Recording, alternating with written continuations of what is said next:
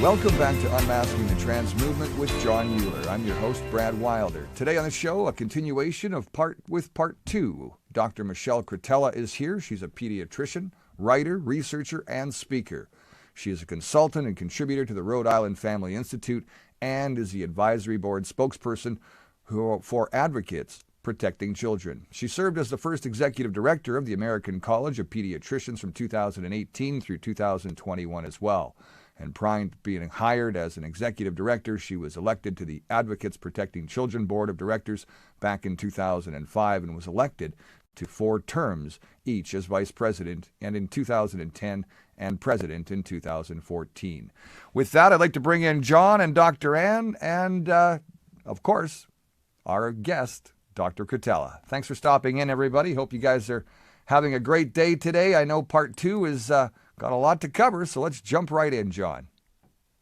Brad, thank you as always. And Dr. Ann Gillies, I'm so pleased that you are now our co-host, and we're both very grateful and excited to continue this conversation with Dr. Cretella.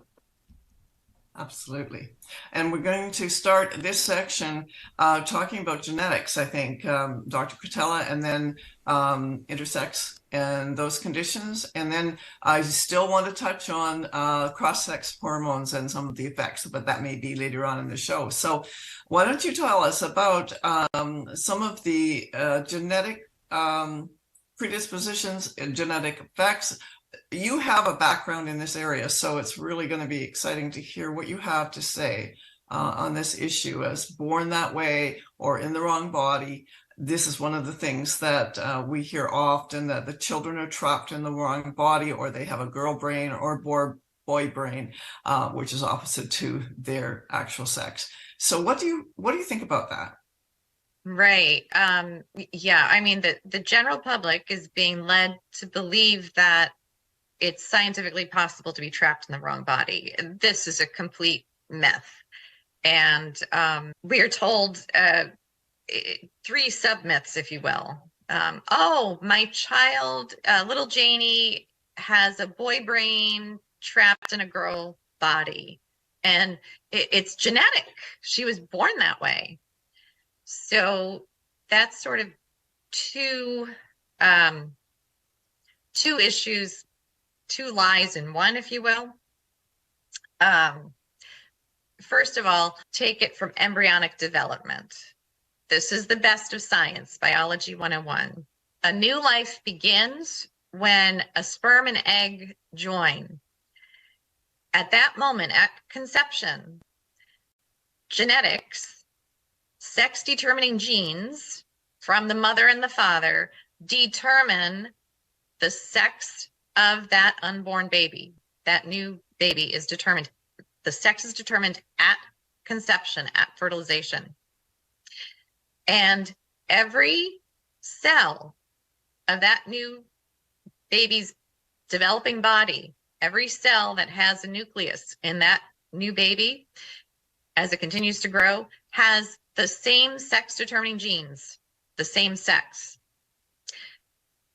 So, for argument's sake, let's say it's a little boy, a male fetus.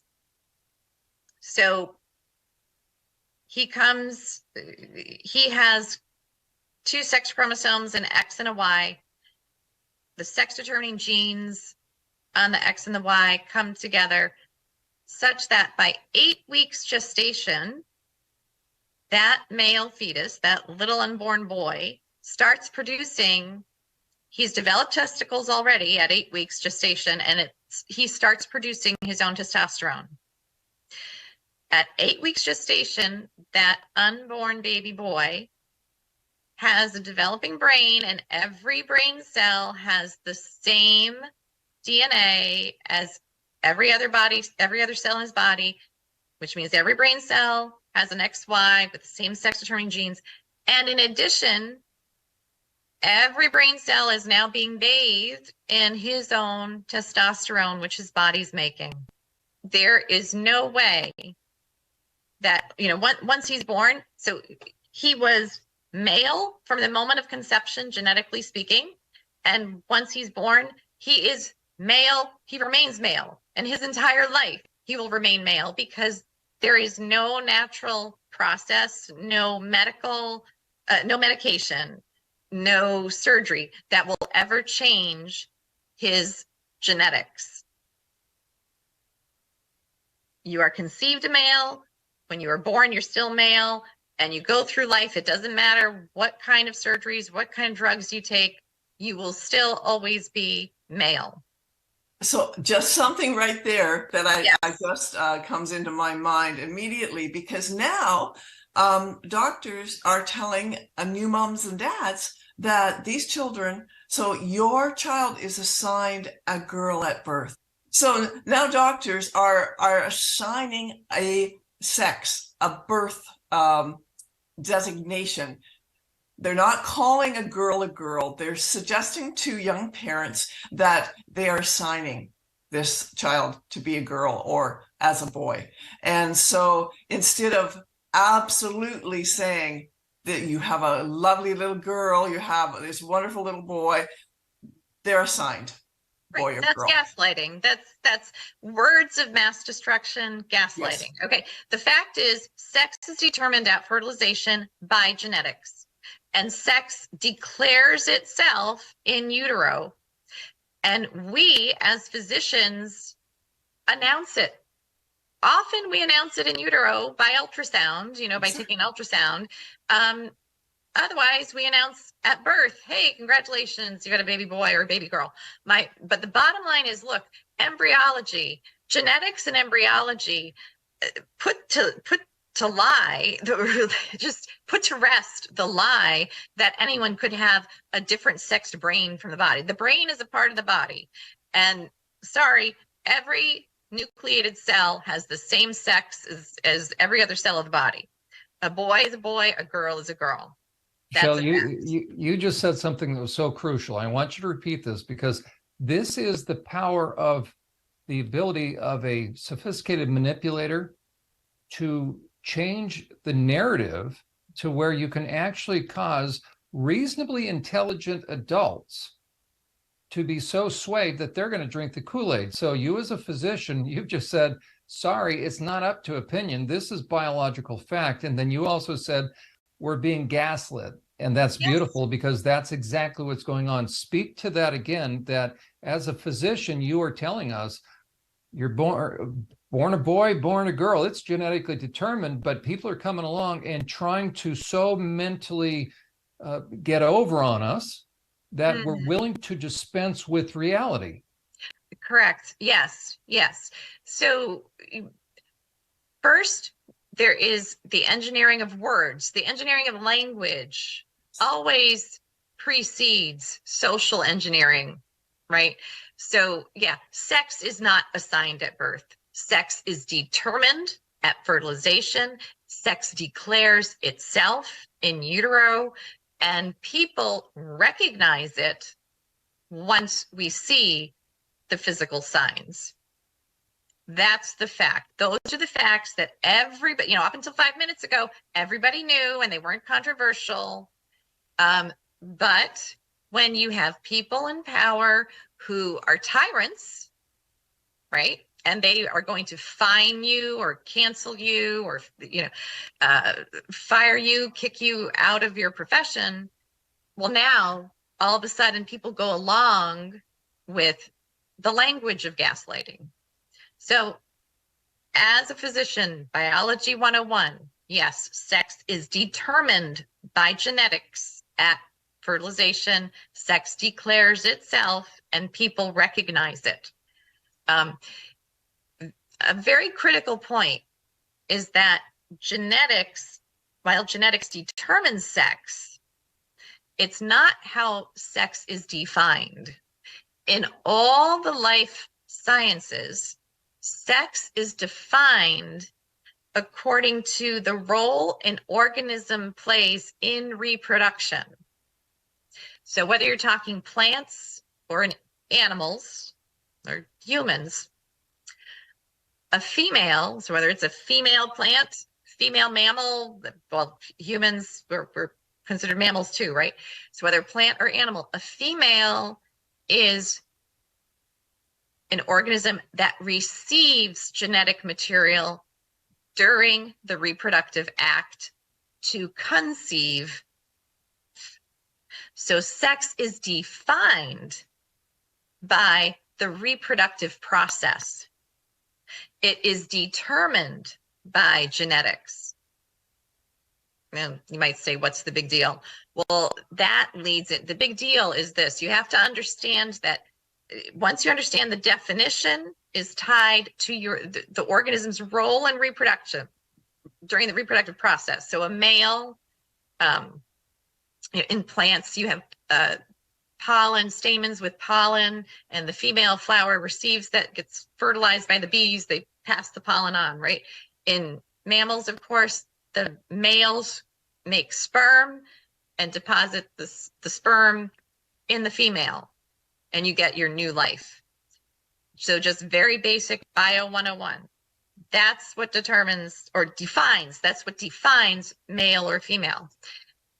Whether you will produce sperm or whether you will produce eggs and be the receiver of the sperm, that is determined by genetics.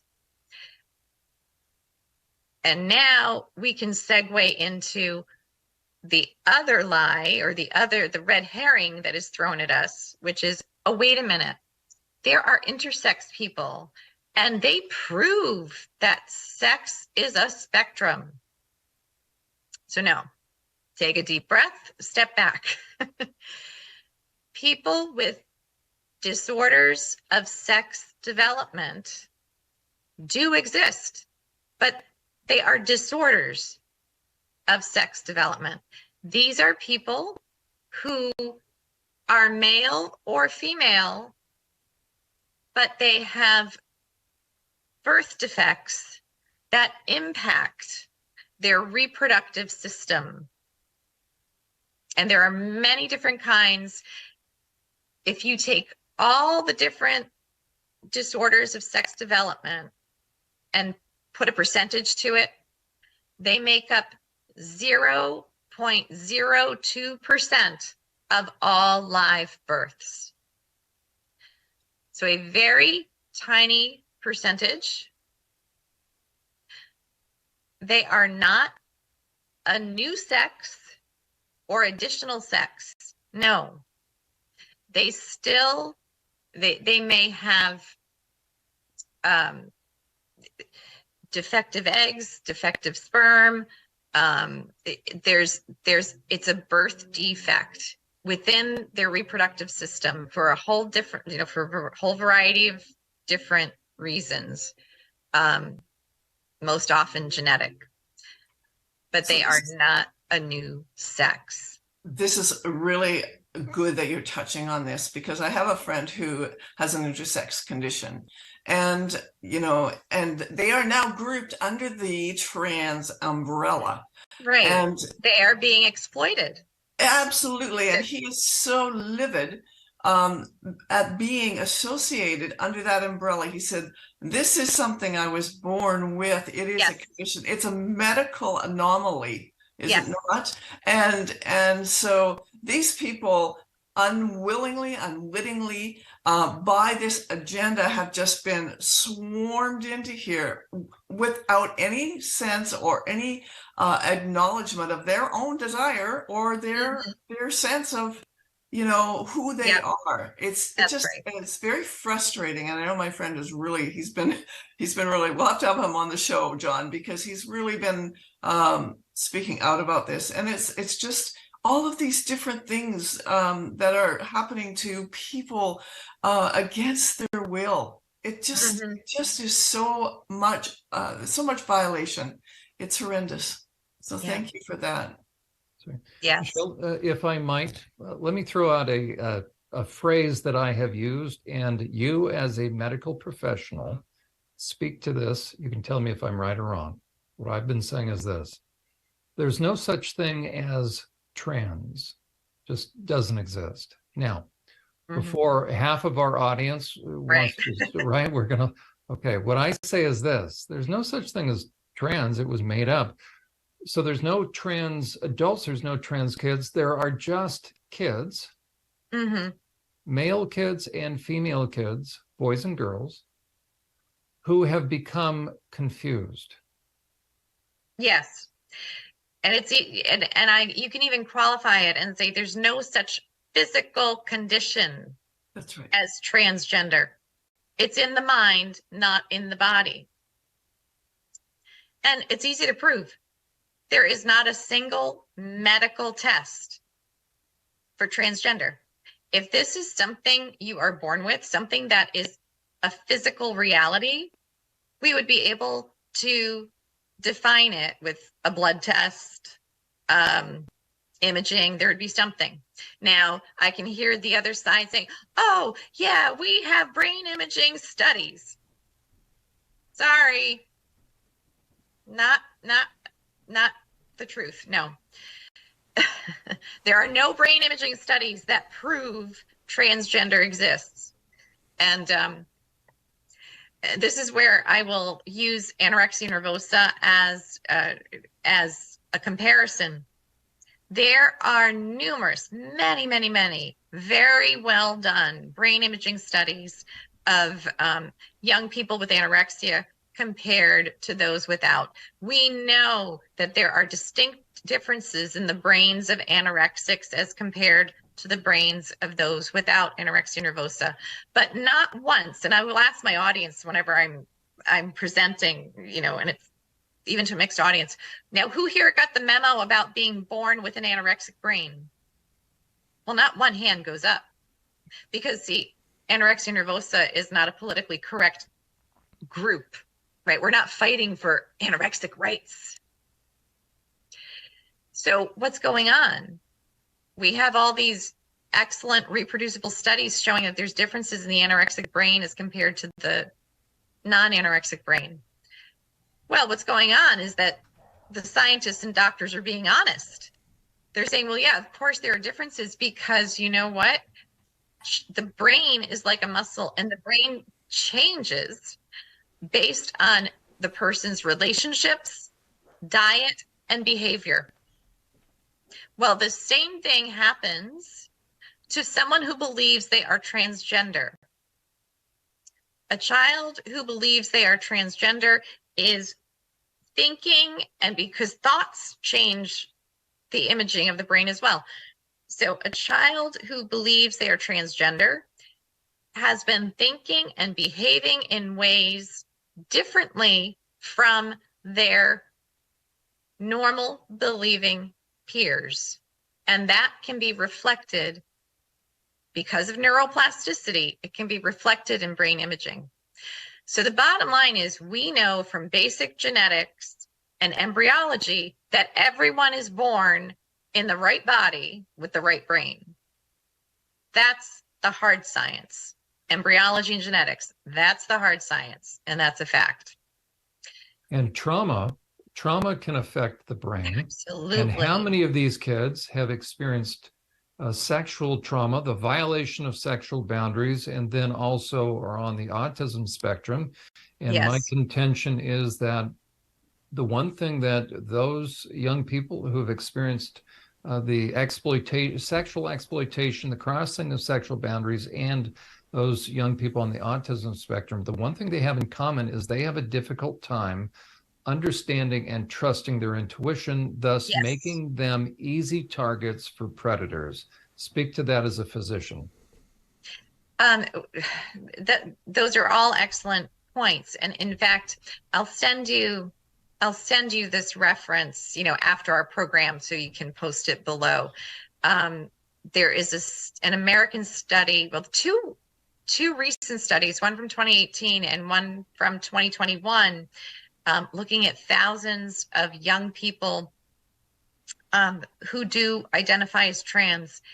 And each of those studies demonstrated, before these children presented with any cross-sex behaviors or any sign of feeling like the opposite sex, before any of that, 98% of them had a history of prior mental illness, including self-harm, suicidal ideation, and trauma. And I want to say on average, the children had on average 5 traumas each, many of them with occurring within the family. And these traumas included, right, sexual, physical, verbal, the gamut. But trauma is, if we were looking at it honestly, if we had researchers and doctors doing this honestly, unencumbered by politics and profit, we would have, the media would be blaring about what a huge risk factor trauma is. Adverse childhood events, ACEs is the, as I'm sure you're aware, the acronym, adverse childhood events. That is a huge predisposing factor to believing they're trans. And Dr. Cretella, this really leads into this whole other area, because John and I both recognize how trauma does affect the brain. But then you have what you were saying, about all of the neurobiological things. Then we have therapists, psychiatrists, psychologists, and medical doctors, professionals, then affirming a child's delusion. And so right. when you have with dangerous drugs. Oh, it's not only I know we're going to run short on time. I can talk way too long, so I don't. No, but it's so important to understand that they already are starting to think in a way that's changing the neural pathways, and then these affirmation therapists affirm their delusion and make it even more concrete, and then do all of the other things, and it's an atrocity. Right. Whether we're talking about a child at age 8 or between 8 and 19, children and teenagers feel good when they are affirmed, when they're being affirmed even into a delusion. However, as time goes on and the natural course of their untreated psychopathology, their untreated depression, anxiety, psychotic break, whatever, or their untreated traumas, over time, they come to realize, oh my gosh, I've mutilated my body, I've taken toxic drugs, I might be infertile, and I am no better. I'm miserable. I'm worse now than I was before, because now I know I really am my biological sex, but I look like neither, right? And so when they come forward, they are emotionally devastated and physically mutilated. This is what we are working to prevent. I do want to touch quickly on the cross-sex hormones. That would be estrogen for little boys. So little boys or male teens get put on the puberty blockers, and quickly thereafter, estrogen. They are now, and that estrogen, by the way, they will have to be on that for life. The puberty blockers, quite often, they're on until age 21. The estrogen puts them at risk for blood clots, strokes, heart disease, heart attacks, diabetes. In the women, or the females rather, we're talking little girls get put on the puberty blockers. Again, they may be on those from age 8 to 21 very quickly. Many times they're put on testosterone together with the blockers or shortly thereafter.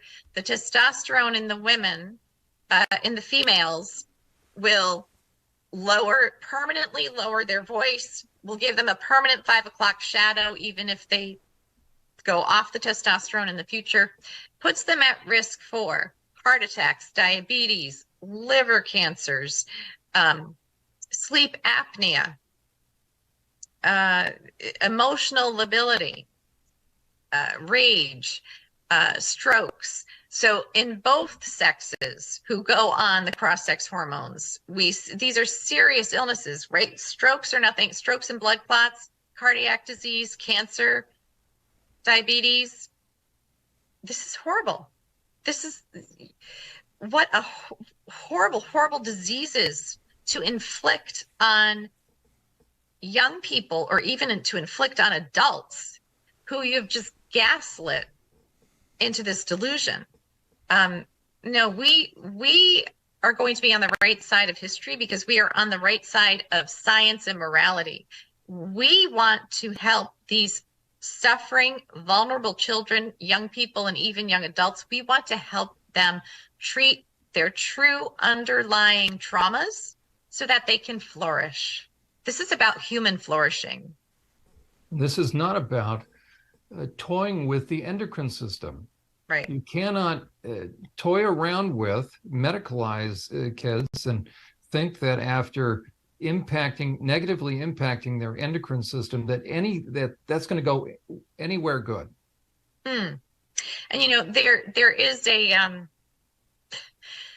everyone will on the other side likes to say, oh, you're just these far right-wing Christians. Well, as I indicated, I think in part one, people who are standing up to defend vulnerable children from these sterilizing and mutilating interventions, they are of many and no faiths. They are across the political spectrum. So we are an eclectic group. However, I do know that Christians who are involved are coming at this from the traditional, it's the traditional first do no harm medical ethic. And that is what unites even the non-Christians with us. It's first do no harm and promote the course of action, namely trauma treatment, psychotherapy, get to the underlying problems so that we can help the greatest numbers flourish. Absolutely. Thank you so much. One thing we didn't touch on that maybe we'll do again is that the effect on families, and when these children go on cross-sex hormones, and I know several young girls, and the families are just so torn apart because the emotional aspect of testosterone to young girls is horrific. Anger and rage and all kinds of things that they should never have to experience. So wow, you have just been it's just been amazing listening to you, Dr. Cretella. Thank you so much. Well, thank you so much for having me on. It was, it's important information to get out. Thank you. Yes. Dr. Cretella, thank you again. And Dr. Gillies, as always, thank you, my co-host. Dr. Cretella, we're excited that you have agreed to be one of our first webinar hosts, as it were. So that'll be coming up in not the too distant future, or near future, I should say. We're going to have you. And you have resources. Could you reference some resources? And then if people would like to get a hold of you, they can contact us. We figure that might be the most efficient way, instead of having you be inundated with all sorts of emails and other communications. They can contact us here at unmaskingthetransmovement.com. But let people know of some of the resources that you have available. Absolutely. There are some excellent family resources. Not only if families want to have resources to work on prevention, that's always our hope, is that, an ounce of prevention is worth a pound of cure. Please go to advocatesprotectingchildren.org, advocatesprotectingchildren.org. We have many resources for parents, parents who do not yet have this in the family, parents who are struggling with this in the family, maybe parents who are fighting their local school boards. You will find a wealth of very practical information and resources there. On the science side of things, I very much recommend two organizations, the American College of Pediatricians, which is acpeds.org, and also the Society for Evidence-Based Gender Medicine, segm.org. Those are two excellent organizations in terms of maintaining information on accurate science. Well, Dr. Cretella, thank you again for being a tremendous resource and a source of information and a fighter. You've been fighting this as a physician for many, many years. You've taken so many arrows, taken so many hits, so I appreciate you being a fellow warrior in the best of sense, protective with thank you. Myself and Dr. Ann as well. So Brad, thank you so much as always for hosting the program. Thank you all for being here today.